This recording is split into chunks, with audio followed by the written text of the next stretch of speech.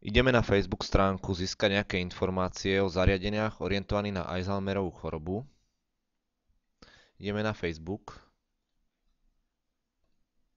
Do prehľadávača napíšeme Facebook.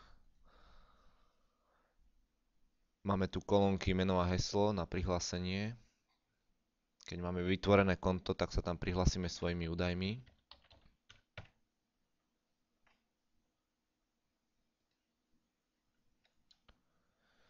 Hore do vyhľadávania napíšeme Alzheimer.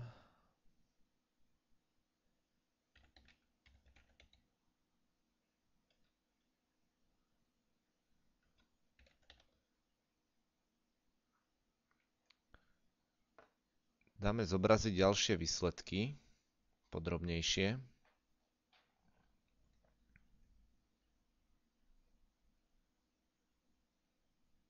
Vyberieme si napríklad túto ponuku.